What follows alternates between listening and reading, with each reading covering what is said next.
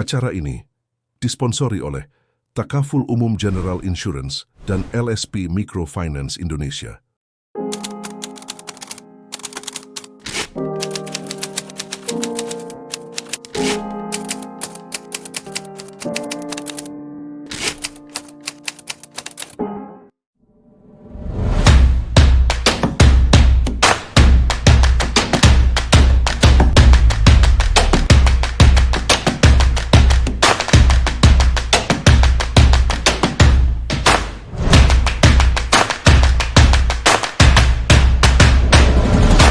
Halo sahabat Ikopin TV, kembali lagi bersama saya pada program Ngobrol Koperasi Masa Kini dan Nanti. Baik, tentunya pada hari ini saya ditemani oleh narasumber yang luar biasa, yaitu Prof. Ahmad Subagio. Bagaimana kabarnya, Prof? Kabar baik, luar biasa, selalu menginspirasi dan berbagi. Luar biasa sekali. Iya. Nah, sahabat Ikopin TV, pada episode kali ini kita akan membahas salah satu hal yang saat ini sedang booming di Indonesia, iya.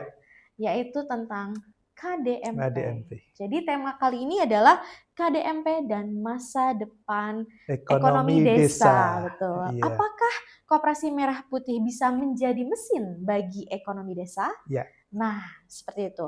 Pada saat ini kan pemerintah menargetkan puluhan ribu koperasi merah putih, ya, yang harus beroperasi pada tahun 2026 ya, Prof ya? Ya, tahun ini. Betul. Nah, itu bukan hanya program kelembagaan yang biasa menurut saya. Itu merupakan upaya pemerintah besar-besaran untuk bisa menggerakkan ekonomi rakyat. Betul. Nah, kira-kira apakah koperasi desa ini benar-benar bisa menjadi motor penggerak ekonomi rakyat? Ya. Kita akan bahas hari ini. Baik, Prof, langsung saja, Prof. Ya. Berbicara tentang koperasi desa merah putih. Ya. Tadi, kalau misalkan kita bicara KDMP, sebetulnya di tahun ini langsung gencar ya, puluhan ribu, bukan ratusan, tapi puluhan ribu KDMP. Menurut Prof, apakah benar kira-kira KDMP ini bisa menjadi motor atau bisa menjadi penggerak bagi ekonomi rakyat? Ya, ini menarik sekali dan saya kira pertanyaan ini bisa muncul dari kepala siapa saja, termasuk juga dari kepala saya yang selalu kemudian bertanya apakah mungkin KDMP yang muncul dalam jumlah yang sangat besar ini mampu menggerakkan ekonomi di desa. Oke, coba kita sedikit telisik ya.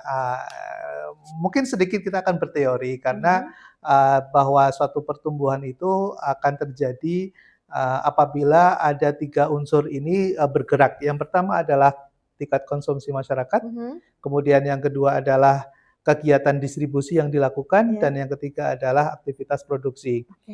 Nah, tentunya desa akan bisa bertumbuh kalau di situ ada suatu perubahan di mana bisa dimulai dari tingkat konsumsi yang meningkat sehingga nanti barang akan mengalir ke desa, lalu kemudian di situ akan ada kegiatan transaksi bisnis, dan transaksi bisnis itu kemudian akan memunculkan suatu penghasilan bagi masyarakat lokal maupun dari sumber produksi yang selama ini ada di Indonesia, dan tentunya ini akan bisa memiliki 2 nilai yang akan bisa semacam paradoks gitu ya. Jadi satu sisi tarikan pertumbuhan itu bisa muncul karena adanya peningkatan konsumsi, permintaan, atau yang kedua bisa terjadi karena aktivitas produksi yang meningkat sehingga masyarakat mampu untuk bisa mendapatkan nilai tambah dari aktivitas produksi yang dilakukan. Tentunya dengan asumsi bahwa distribusi akan terjadi dengan baik. Ini ada pertanyaan yang sangat kritikal, yaitu apakah desa bisa menjadi mesin produksi? Kalau kemudian mampu desa menghasilkan suatu karya yang kemudian memberikan nilai tambah bagi masyarakat, kemudian nilai tambah itu masuk ke mekanisme distribusi, barang-barang yang dihasilkan dari desa itu bisa mengalir ke kota dengan lancar melalui mekanisme channeling dari koperasi desa nanti akan masuk, mungkin akan ke koperasi sekunder atau langsung masuk ke market gitu, maka tentunya serapan hasil aktivitas produksi di desa ini akan memberikan nilai tambah, kemudian memberikan penghasilan bagi masyarakat desa, lalu kemudian dari penghasilan itu akan meningkat daya beli, ya, purchasing power-nya akan meningkat, dengan sendirinya maka kesejahteraan akan bertambah lebih baik, gitu.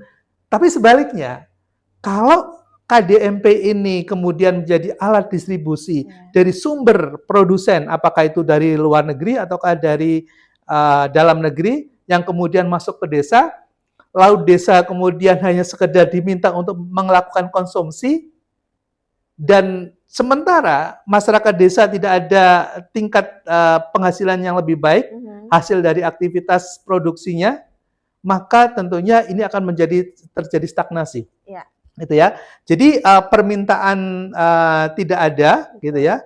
Lalu kemudian distribusi barang tersedia, maka yang muncul adalah justru harga-harga bukannya kemudian membaik, justru akan menekan harga. Karena stoknya berlimpah, tapi masyarakat nggak punya daya beli. Akhirnya apa yang terjadi? Harga menjadi turun, ya. Dan ini tentunya tidak akan tidak akan memberikan nilai tambah dan tidak akan memberikan dampak terhadap penghasilan dan kesejahteraan masyarakat secara pada umumnya.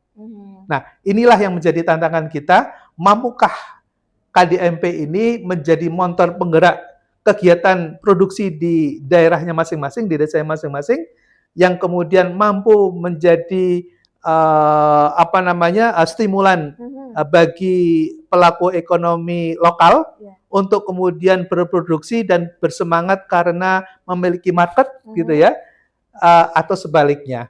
Nah, makanya nanti akan sangat tergantung kepada pengurus koperasi, pada manajer koperasi, ya, mampukah nanti dia akan mampu menciptakan kreasi-kreasi baru di desanya masing-masing yang bisa menampung hasil karya dari desa dan kemudian bisa dibawa ke kota. Ini yang akan menjadi tantangan. Atau sebaliknya, dia akan menjadi tempat distribusi, saluran distribusi dari kota ke desa, lalu desa diminta untuk membelinya. Sekarang pertanyaan itu akan kembali kepada kita masing-masing. Betul. Ya, saya setuju. Memang sebaiknya KDMP ini menjadi tadi mesin produksi. Agar tadi desa bukan hanya sebagai pembeli. Karena tadi dikhawatirkan akan ada stagnansi seperti itu ya, Prof. Karena memang permintaan dengan penawaran itu baiknya seimbang. Jadi memang ada yang namanya keseimbangan ekonomi seperti itu ya. Tapi Prof, artinya KDMP ini memang harus memiliki manajer yang bisa memahami bisnis. Betul. Supaya dia bisa tahu kira-kira peluang bisnis apa yang bisa dilakukan, lalu pasarnya kemana, sehingga ketika kita sudah produksi pun barang memang betul-betul sesuai permintaan pasar, seperti itu. Betul sekali. Nah, seberapa penting manajer koperasi bagi KDMP ini? Menjadi ada kata kunci key person dalam keberhasilan KDMP itu ada dua. Pertama, dari pengurus yang sangat visioner, yang mampu memberikan arahan dan orientasi kepada pengelola, yaitu dalam hal ini manajer, dan manajer sendiri tentunya yang kita melihat yang sedang di-hire adalah anak-anak muda yang memiliki energi yang sangat tinggi dan tentunya spirit untuk melakukan perubahan juga luar biasa, didampingi tandem dengan pengurus yang sudah punya pengalaman luas.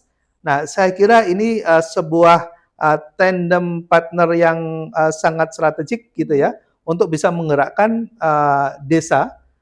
Bagaimana bisa mendapatkan pasar, mendapatkan akses pasar yang baik, bisa mendapatkan akses permodalan yang saat ini dibuka lebar-lebar oleh pemerintah, kemudian juga akses informasi untuk mendapatkan tempat-tempat market yang paling visible. Nah, saya kira kita optimis ya, sepanjang manajer ini memiliki komitmen, berintegritas, dan memiliki orientasi visi dan misi yang sama dengan apa yang sekarang ini sedang dijalankan dan digerakkan oleh pemerintah. Jadi pemerintah sudah membuka keran dan membuka jalan, membuka akses. persoalannya adalah tinggal kekuatan dan kemampuan kita untuk menangkap akses itu. Nah, inilah yang nanti perlu dijalankan, fungsi itu perlu diperankan oleh manajer dan pengurus. Ya. Baik. Nah, kita nih Prof sebagai kampus IKOPIN yang memiliki nilai tambah dalam ilmu koperasi. Betul. Apa peran IKOPIN? Mungkin apakah alumni kita bisa jadi, maksudnya harusnya bisa turut serta berperan besar ya. Betul. Salah satunya menjadi calon-calon manajer calon-calon manajer KDMP ini. Lalu apakah IKOPIN University juga bisa ikut turut berperan memberikan pelatihan pada calon-calon manajer? Barangkali bisa disampaikan, Prof. Ya, betul sekali. Dan saya kira kita sependapat bahwa yang mampu memiliki pengetahuan, kemampuan, dan sekaligus keterampilan untuk menggerakkan adalah mereka-mereka yang terlatih. Kalau mereka tidak punya pengetahuan dan tidak terlatih, maka dia ada keterbatasan. Nah, kampuslah sebetulnya tempat yang sangat ideal ya untuk menggodok, untuk memasak dan menyiapkan anak-anak muda yang energik tadi itu tidak hanya sekedar berbekal semangat, tapi juga memiliki pengetahuan dan keterampilan. Dan ini kampuslah sebetulnya tempat yang paling tepat untuk mempersiapkan itu, gitu ya. Dan IKOPIN memang dari awal kita sudah komitmen ya untuk bagaimana membangun koperasi ini berbasis pada manusia, pada human, gitu ya. Saya kira ini akan ketemu ya. Sementara pemerintah melalui kekuatan kelembagaan dipersiapkan dengan baik. Satu sisi kemudian kampus yang memiliki sumber daya manusia yang memang menjadi sumber ya dari gerakan, sangatlah tepat kalau kemudian ini menjadi kolaborasi yang sinergik gitu ya antara program yang saat ini sedang dijalankan dan pemerintah menyiapkan kelembagaan sementara kampus menyiapkan human resources-nya itu. Nah, untuk se-Indonesia, saya kira IKOPIN mungkin tidak mampu menjangkau semua itu, ya. Maka kita butuh kolaborasi dengan kampus-kampus yang lain. Dan saya kira ini senada ya dengan semangat kita semua bahwa koperasi sekarang juga masuk melalui kurikulum yang ada di perguruan tinggi dan ini adalah sebuah gerakan bersama dan IKOPIN menjadi leader dalam konteks melakukan nasionalisasi koperasi ini, saya kira sudah sangat tepat sekali, ya. Dan saya yakin kita memiliki potensi yang besar ya untuk bisa mendukung keberhasilan program ini ke depan. Oke, baik. Jadi dari pembahasan kita tadi, pernyataan yang sudah disampaikan oleh Prof tadi kurang lebih sudah bisa membuka dari pertanyaan dari tema kita hari ini. Gitu. Apakah KDMP bisa menjadi motor penggerak ekonomi desa, seperti mesin penggerak ekonomi desa? Ternyata KDMP bisa menjadi mesin penggerak bagi ekonomi desa. Dengan catatan, apabila mesin itu bisa bergerak kalau misalkan memiliki orang-orang dengan kapasitas ya, dengan integritas dan juga visi untuk membangun masyarakat, seperti itu. Karena masa depan ekonomi desa itu tidak cukup apabila dibangun hanya dengan program dan juga target angka, karena memang dibutuhkan komitmen juga dari sumber daya manusianya. Betul. Seperti itu. Betul. Baik, barangkali ada yang ingin disampaikan, Prof?